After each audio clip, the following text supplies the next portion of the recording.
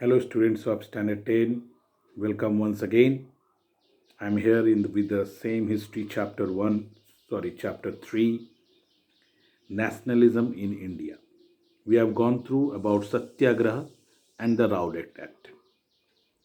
I think you remember in 1919, Rowlatt Act was started by the Britishers, under which any person, whomever the British have some suspicion,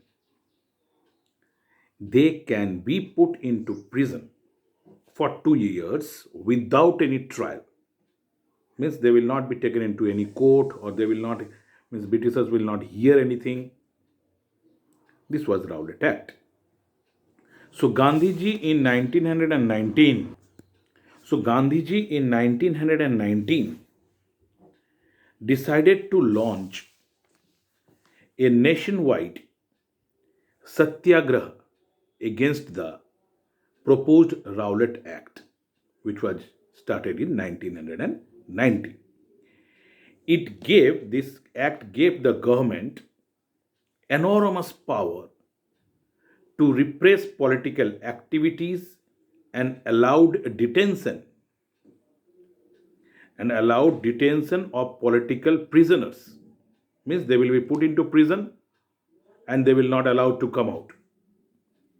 Detention of political prisoners without trial for 2 years.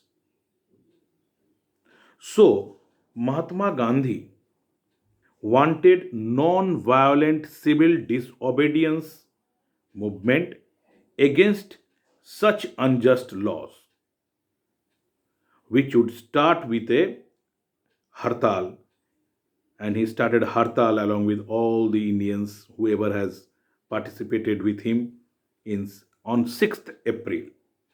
So a hartal was started on the 6th April against the Rowlatt Act under the leadership of Mahatma Gandhi through a slogan of Satyagraha, non-violence, truth.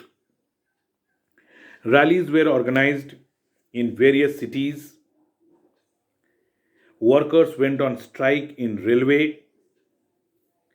Workshops and shops closed down.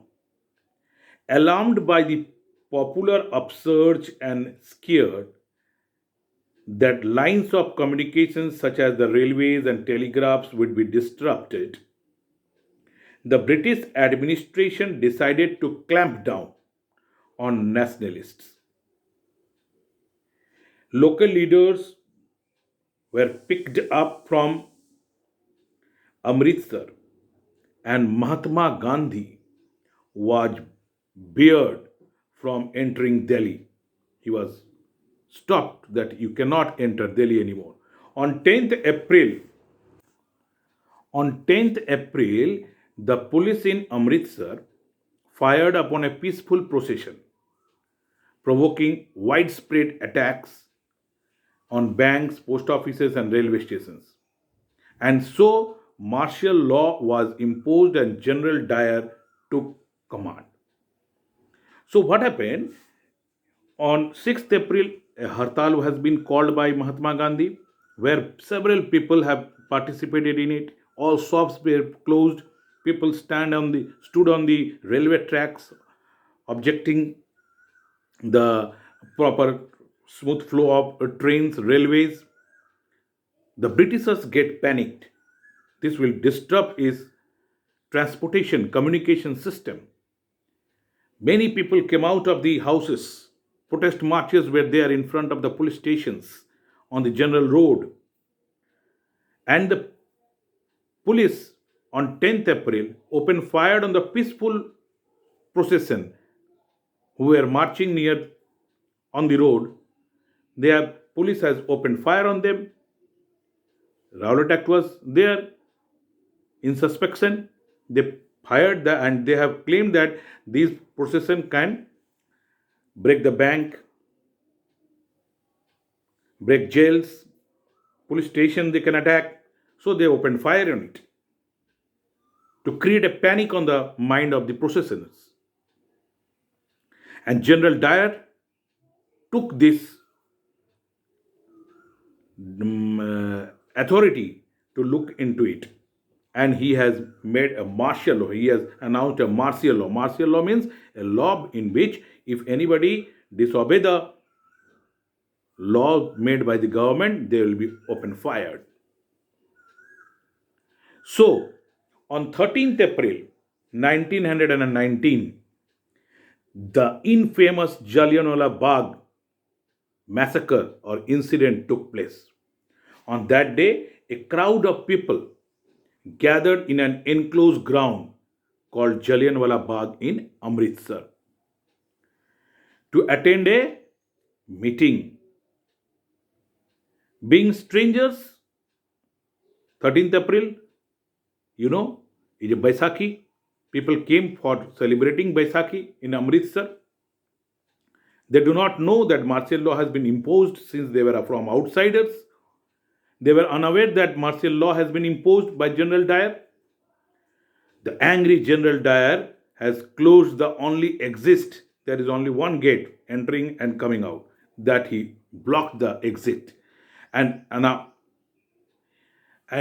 ordered his troops only to open fire on the innocent crowd, which killed hundreds of people.